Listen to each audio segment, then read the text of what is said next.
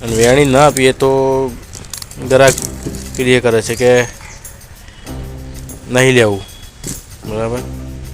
તો હેલો મિત્રો, એક નવા વિડીયોમાં તમારું સ્વાગત છે। તો મિત્રો આજે જો થોડું માલ હતું, બરાબર। આટલા બટાકા પડ્યા છે, પેલી એટલી પડી એટલી ડુંગળી પડી છે, બરાબર। અને રિક્ષાને રિપેરિંગમાં મૂકવાની છે, તો થોડો માલ પડ્યો છે એ આપણે લારીમાંથી લઈ આ રિક્ષામાંથી લઈને લારીમાં ટ્રાન્સફર કરીને આજે એને વેપાર કરી દેવાનો છે, બરાબર। જો અત્યારે સવારના વાગ્યા છે 9:17 થઈ છે, બરાબર। અને જો હજી વધેલો માલ છે એ આપણે લારીમાં નાખીને અને આજનો દિવસ વેચી મારવાનો છે, બરાબર। રિક્ષા રિપેરિંગમાં છે, તો અને મહેસાણા જવું કાઠું છે થોડું, એટલે જો આજના દિવસમાં થઈ જાય તો ઠીક, નહીં તો કાલે પણ આપણે મહેસાણા તો જવું જ પડશે, બરાબર, માલ લેવા।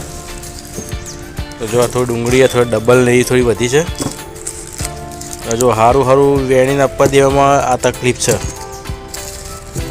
અને વેણી ના આપીએ તો ગ્રાહક ક્લિયર કરે છે કે નહીં લેવું, બરાબર। તો મિત્રો જો આ ડુંગળી બધી પબ્લિક વેણી ગયેલી છે, બરાબર।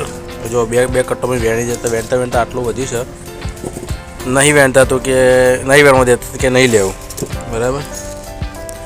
તો જે થાય બાકી દ્વારકાધીશ જાણે, આપણે તો ઈમાનદારીથી વેપાર કરવાનો છે। આ બધી એ સસ્તા ભાવે વેચી પાડીશું, બરાબર। ખરાબ માલ કોઈને નહીં પડી હાલવાનો। તો જો હજુ આ કટ્ટું પડી છે એનો આમાં નાખવાનું છે। આ જશના, આ દર્શિલ, બરાબર, બે જણાએ મદદ કરાવી છે તારોમાં આ બધું અંદર સેટઅપ કરવામાં। વજન કોટો મૂકી દીધો છે, અને જો બાટ ને પલ્લુને લઈ લઈએ આપણે, બરાબર। જો આટલા મૂકી દઈએ।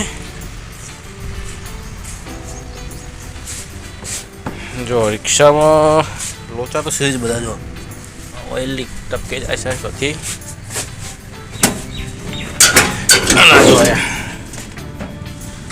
આ જો ટેમ્પરી બાંધી નાખ્યું છે બધું, આ બધું ખોલાવવું પડશે।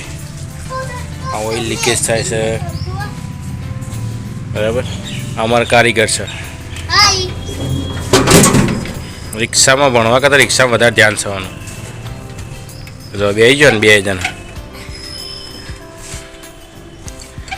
તો આજનો નાનકડો વ્લોગ તમને ગમે તો લાઈક કરી દેજો, બરાબર। લાઈક કરી દેજો, સબસ્ક્રાઇબ કરી દેજો, અમને સપોર્ટ કરજો।